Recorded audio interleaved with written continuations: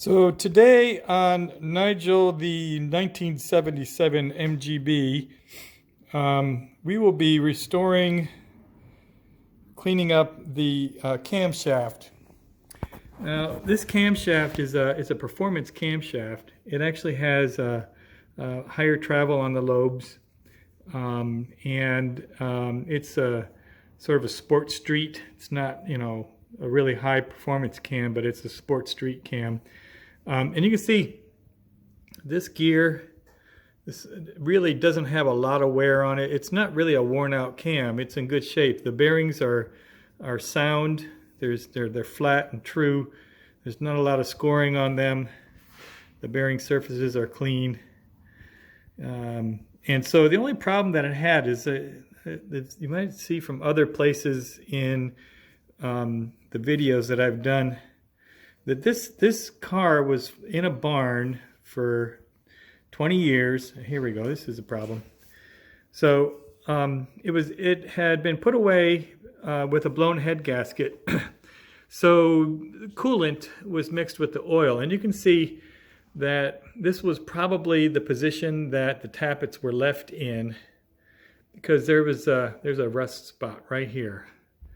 So we're going to clean that up, and if you're looking at the lobes, this lobe right here, you can see there was probably a tappet sitting on it right there in this position when it was parked. But the only actual lobe that has any kind of defects that are a problem is this one right here, and it's not on the top.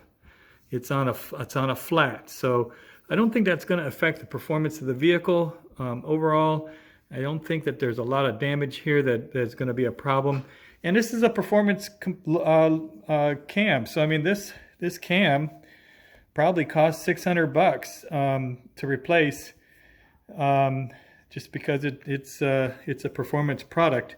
So I'm going to clean this up. The first thing I'm going to do is I'm going to mitigate this rust right here. And see if we can get it all polished up, and then I'm going to take and polish all of these lobes. The trick with polishing the lobes on a cam is you don't want to make a crown. You don't want to make a round surface, because what that will do is when the tappet rides on it, it'll only ride in the center, and that'll cause a friction point. You want to have the tappet run on this entire lobe surface. So we're going to be very careful about changing any of the dimensions, and just getting it cleaned up and polished so that it doesn't cause any wear on the tappets. We're obviously going to have to buy new tappets. I mean, one of them's just rusted up, but that's a lot less expensive than buying a new cam. So that's today's project. First thing is to get rid of that rust, and then we'll start polishing. All right, so first thing I'm going to do here is I'm going to basically wet sand, but not with water. I'm going to be using WD-40 on sandpaper, and try to knock down where I know that there's pitting from the rust. And again, this is the only reason why I decided to stick with this, is that this is not on a lobe, it's on a flat. So it's not going to have a lot of pressure, and it's really not going to affect the performance of the vehicle. There's a little bit of pitting here, but I think, you know what, once it gets in operation, that pitting, if anything, will hold oil, and it will help. It'll help the raceway. So when you're sanding on this, just kind of make sure that you manage the edge of your sandpaper so that you're not accidentally rubbing on something else. So obviously you don't want to hit the bearings. So I'm just going to work on this little section right in here and pull all the rust off I can, and try to get it as smooth as I can without changing the roundness, and see if we can get it smoother. And then we'll move on to polishing on some of the other surfaces. This is the only place where there's really a bad rust mark. All right, so in case you're wondering, how do I keep this on a flat surface and not have to deal with it rolling around? Actually, this is a woodworking bench, and it has this ability to open and close. It has a little winch where you can open and close it. So I have a groove in the middle, and basically that just kind of makes a little groove for this to sit in, and it doesn't move around as much. So if you don't have a bench like that, I imagine you can put two pieces of plywood together and make a little groove and then cover it with some towels like this. Just little, it helps, you know, when you're sanding on it to be able to move it without clamping it. You don't want to clamp it into a vise and then, you know, mess up the bearing surfaces. So I'm still working on this little section. You can see it's starting to polish up a little bit. I'm using 400 with WD. It's kind of a wet sanding. Actually even had a little bit of pitting on the back side right in here. I imagine that didn't actually have pitting, but there was some rust buildup on that. So I'm going to just continue to clean that up, see if I can get this nice and smooth on this back side here, then we can continue. All the rest of these are going to polish up real nice though. All right, so you can see I'm making some good progress here. So I got the majority of the loose rust off. And at this point, I'm just trying to keep it round and flat. So I've switched off from using my thumb and just loosely sanding it to using I have a file here, and I've wrapped the 400 around the file. Again, still wet sanding with the oil, and this file is nice and flat. So as I progress, it's gonna avoid rounding that off. I don't want to have it rounded. I want to keep it nice and flat.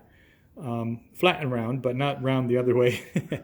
But I'm going to continue. I don't know if I'm going to be able to get all of the pits out, but I'm going to get the majority as I can, just to make sure that it doesn't cause any kind of friction, because we don't want to wear down that tappet when we put it back in place.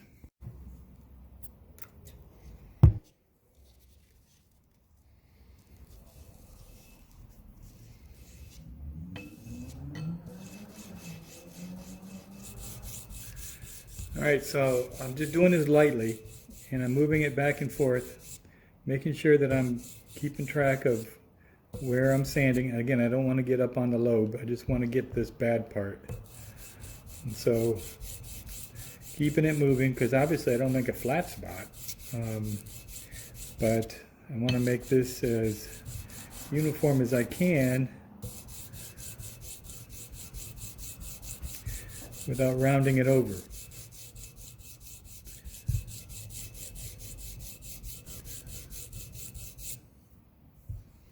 Checking it every now and then, looking for a high spot. I think I got kind of a groove right here.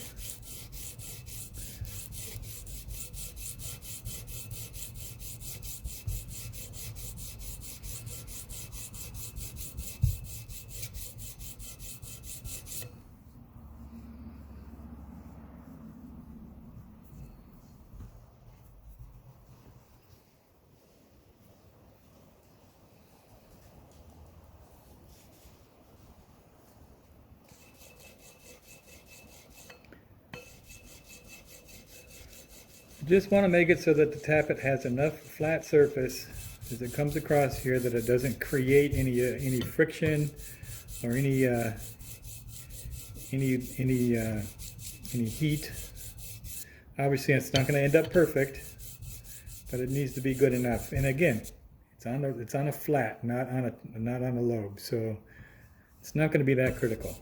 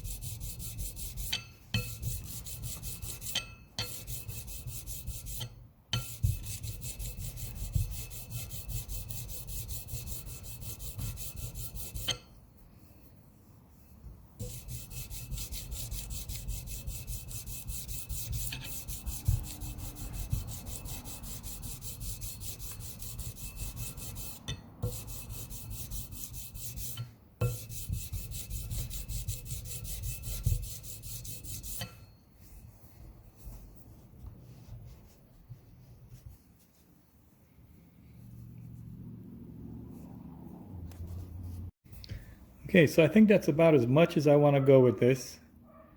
Again, there's plenty of flat surface on there. There's nothing poking up, so it's not going to cause any additional friction. If anything, some oil will get in there and it'll be an advantage. That's what I'm going with.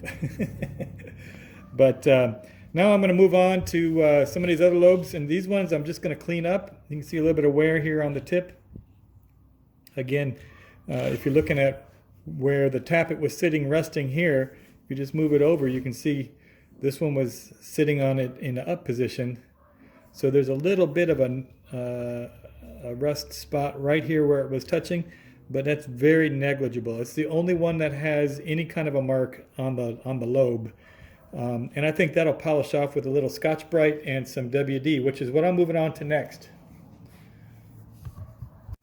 All right, so here I got some Scotch-Brite pads. I'm going to throw some WD in there so it's impregnated.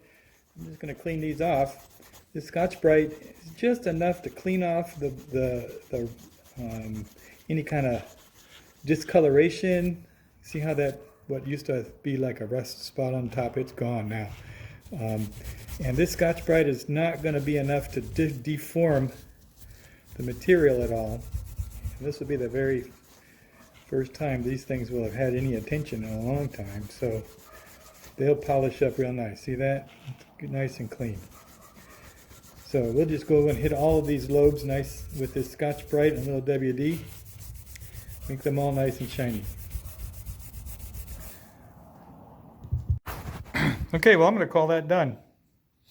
After just taking care of the pitting with a little 400 on a flat surface, some Scotch-Brite, WD-40, was able to clean it all up real nice. I even Scotch-Brited over the bearing surfaces just a little bit just to make sure they were all clean.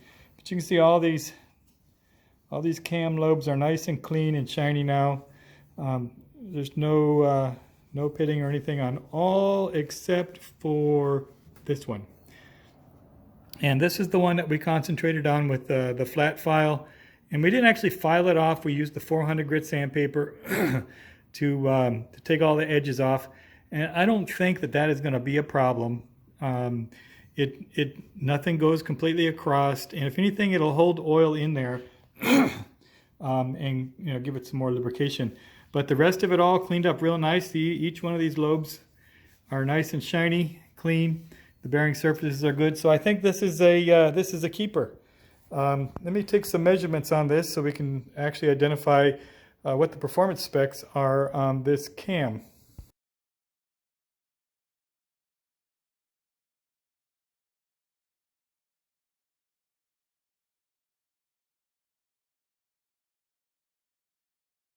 All right, so there you have it. This is a Kent Cams model 715. It says right there on the thing. See, 715. So it's a fast road. Has the ratings for that are pretty decent. I think we can make this work. We'll have to get some new valve springs, but this will help me in selection. I plan on putting rocker rollers on this, roller rockers. So those tend to have a little change in the geometry as well. So I don't want to go overhead and plant a valve through a piston. But on a quick review, this has been a really good job. I think it cleaned up really nice. I don't think we'll have any issues with this one little pitted one. I think that's gonna roll over just fine. All the bearing surfaces were clean, so all in all, I feel good about putting this into service. So to review, this was a cleanup and restore of a camshaft on the 1800 cc MGB out of Nigel, the 1977 MGB. We'll be getting his engine back in this week. So we'll start working on the engine internals and doing the assembly on that. So look forward to that.